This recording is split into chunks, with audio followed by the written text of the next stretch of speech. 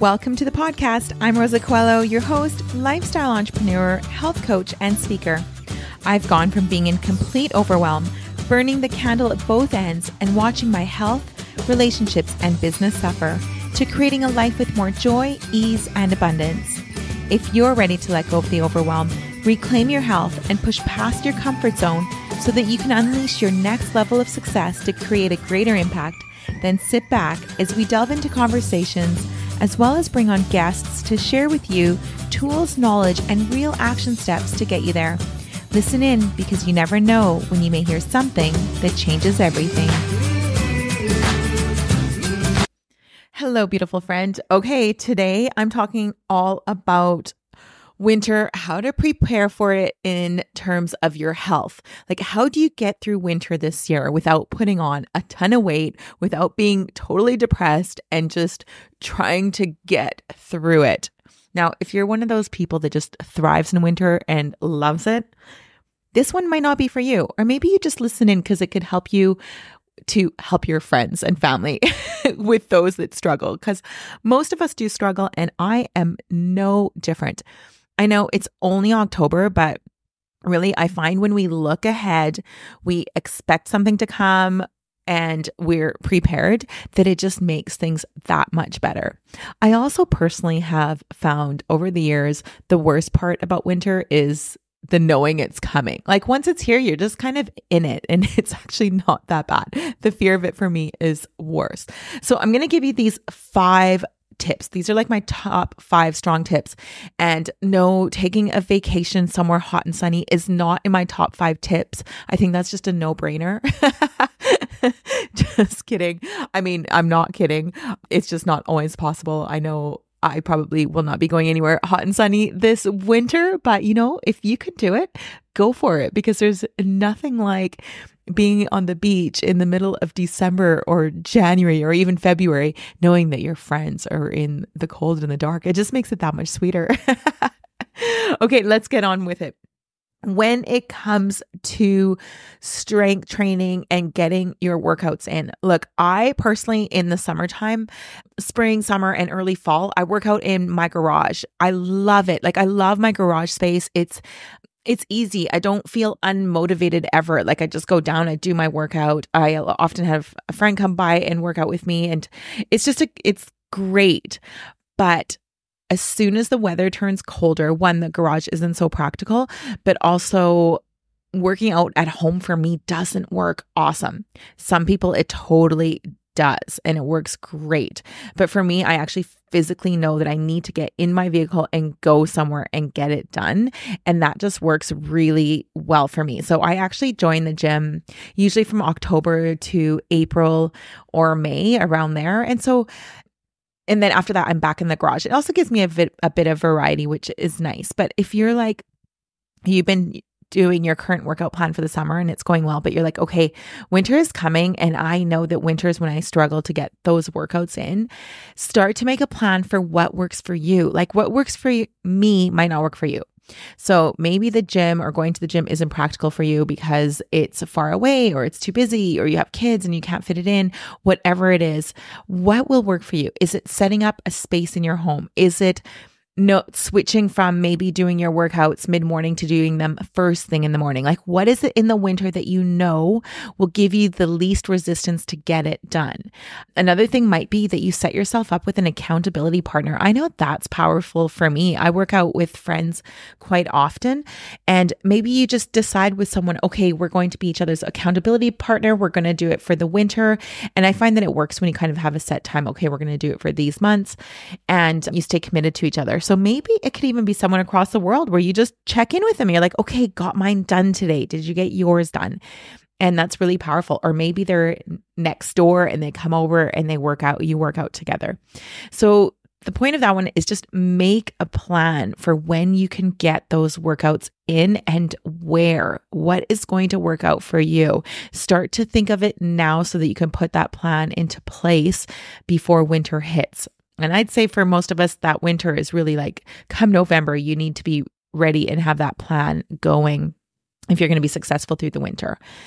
The next thing is deciding how you're going to keep your steps up. This has been a big one for me because come winter, it's really challenging. Like where I live, it's very icy. It's dark at like, they say 3:30. I think it's like at 3, it's dark. It's crazy. You're constantly in the dark. And so for me to go out and get a big amount of steps in, like my full 8 to 10,000 steps, just doesn't work. Some weeks it's fine. Some weeks you get those beautiful sunny days and it's just gorgeous out. And it's like, oh gosh, I love winter. That happens to me a little bit in the winter sometimes, which shocks me too. But those I take advantage of and I'm out there and getting those steps in. But what do I do on those dark days or those days where it's like minus 30? Well, last year I was actually, the gym that I joined has a track. So I was walking the track and I would just put in a podcast and I would do the track, and that worked out quite well for me. There were some weeks where it didn't work out great when it did get to like that minus 40 and I was like, ugh, like even just to have my car out there and it doesn't start and all the things. So this year, what I'm going to do is I'm going to share this with you because I'm really excited. I haven't ordered it yet. I am going to order it in like this coming week. I'm just doing a little bit more research, but I am going to order a walking pad. So it's actually like a mini treadmill. They're amazing. A lot of people typically have used them underneath like a standing desk, and they walk as they work. But now people are using them just to get their steps in. So unlike a bulky treadmill, I love it because you can literally like put it anywhere. It's fairly lightweight so that you can move it around if you need to. You can store it under a sofa or prop it up. And some of them don't come with like a little bar like handle thing at the front, and some do. So you could decide which one you want. Look, it doesn't take place of walking outside. It doesn't even take place of a treadmill because they don't do an incline. You can get some with a slight incline, which isn't a bad idea. They're a little bit more expensive, but the incline still isn't massive. So they really are just a way to get in those extra steps. I think it's an amazing solution, especially for the winter. I actually have a friend that told me that over the last year, he has lost 30 pounds just because he commits to walking anywhere between 60 and 90 minutes a day on his pad. I'm like, that's amazing. Like how incredible over the span of a year. And I've always said walking is incredibly powerful for weight loss. I love it because you lose the body fat without losing your muscle tone. And that's why it's such a good way to burn those extra calories and maintain your muscle mass. So walking is so important. So that's what I'm going to do is I'm going to get a walking pad. If you're on my email list, I will share which one I end up getting because I'm just looking at a few different ones, and I'll also share on Instagram. If you're not on my email list, you can get on it just by going to either my website, rockofit.com, and you'll see it there, or you can just go to my Instagram, and when you go to that little link in my bio, it'll say there Rosa's newsletter. So you can go there, just prop in your email, and then you'll be notified.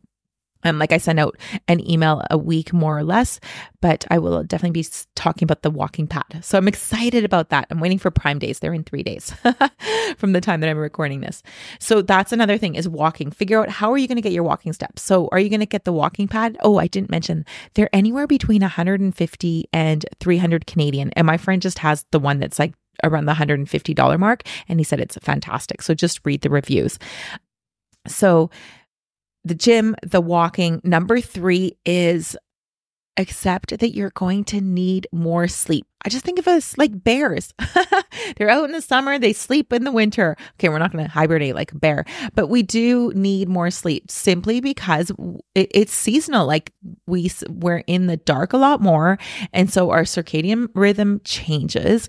And so allow yourself to sleep more. Go to bed earlier and then wake up a little bit earlier because it tends to not be as dark in the morning. Well, I don't know. That changes a bit too once we hit that December. But going to bed early is key. The more quality sleep you get earlier, the better. That will make such a difference to staying really healthy in terms of your immune system. It'll also make a huge difference to your energy levels and just staying very well rested and in a good mood.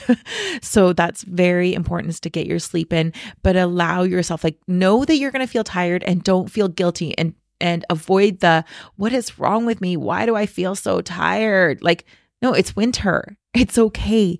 You just need more sleep, and you won't feel like that forever because again, winter comes, but so does spring and so does summer. I mean, summer's amazing. I was up at like 5 and 6 in the morning, sometimes going for long walks and getting workouts. And I was like, what is with me? This is amazing. I have so much energy. And I was like, yes, it's summer. The sun is up. Like you just naturally have more energy. So I find that just knowing that it's coming, knowing that you need more sleep and accepting it, we're kinder to ourselves. We're not thinking what's wrong with us. There's nothing wrong with us. It's winter. So enjoy that rest and make sure that you schedule your things so that you just allow more sleep. Okay, number 4 is start taking your vitamin D, and I would start taking it now. I don't take it in the summer because I absorb vitamin D really well, but definitely in the winter. And vitamin D is one of those things that accumulates, so you need to start taking it relatively soon. I do recommend getting tested for it. It's often a test that isn't covered. Like usually you have to pay for it. Like your doctor doesn't often pay for it. In British Columbia, Canada, they definitely do not. You have to ask for a requisition and you have to pay for it. It's about $60, I think, but it is well worth it. That way you're not guessing. So you could do that through your medical doctor. You can also do that through a naturopath. My friends in the UK and the States, I'm not sure if yours is covered or not. I have done like an at-home vitamin D test before, and I just didn't find it to be very good. So get tested so that you know exactly how much to take. But vitamin D is so important. Like, yes, it's important for our bone health and our immune system and all the things. But in the winter, it's extra important because it actually has been shown to help with mood and depression. So it helps to minimize those symptoms. So definitely an important one to take daily. But get tested so that you know what you need for your body. And again, I don't know, a lot of people you can take 2,000 to 3,000 IUIs without getting tested. I often take anywhere 5 to 8, but I do get tested for mine. So you're not going to harm yourself if you just take the lower dosage, if for whatever reason you don't go get tested. But I just always like to do that instead of guessing. So take your vitamin D. It's going to help you with mood for sure. Number 5 is, this one might be a surprising one. It's socialize and force yourself to socialize. And I'm talking about outside that Christmas period, because I know things get a bit crazy during that Christmas period. And sometimes people are like overdoing it. And they're like, oh my gosh, I can't fit everything in. And it feels like overwhelming and it feels more stressful than good. That's not the kind of socializing I'm talking about. I'm talking about in those periods of the winter where things are just quieter and you're like, oh, I don't feel like going out. And your friend's like, come by, come see me. Let's watch a movie together.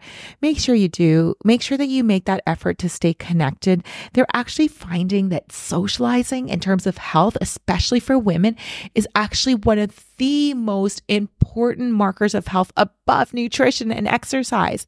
It's super important. It actually has been proven to lower the risk of dementia.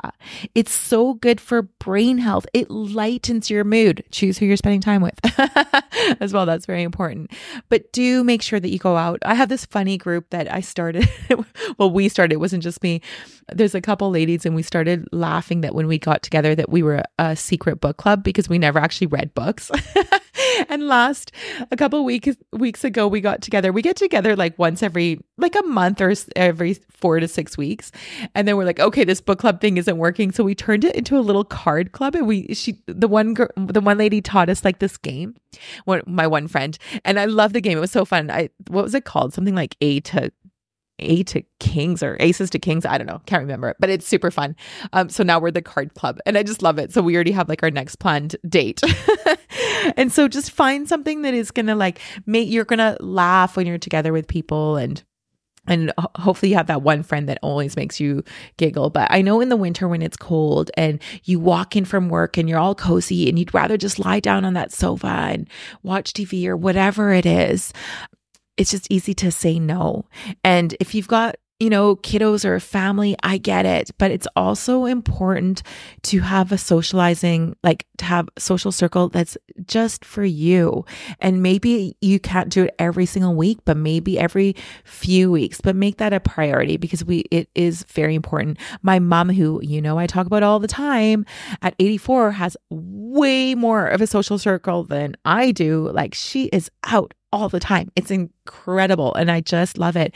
And she says to me too, she's like, oh gosh, sometimes I just don't feel like going. But then you go and you have so much fun and you laugh and you connect and it's just wonderful. So make sure that you make that one of your priorities and start to think of it also as something that's important for our health. It shouldn't feel stressful. It should feel wonderful.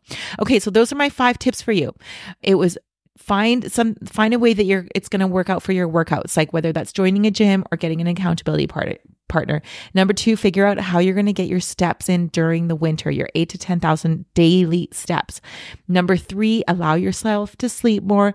Number 4, take your vitamin D. And number 5, get out there and socialize. Okay, beautiful ones. I hope that you have enjoyed this episode and that it's been helpful. If it has, please leave me a review on iTunes, or even Spotify now allows you to rate. I know it's a pain and I know it's a big ask, but if you're listening, it really means a lot. Or if you can even just tag me on Instagram, it just helps to get this podcast out. And it just means a lot to me. So thank you and have a good one. Thank you so much for listening in today. I know time is precious and I'm grateful you shared yours with me. It would mean the world to me if you felt an impact, a moment of inspiration, or learned something new. If you would share it with those you care about and leave me a review on iTunes. I'd love to know what spoke to you or what you'd like to hear more of. Your sharing and leaving a review would help so much on this journey to making an impact on as many people as possible.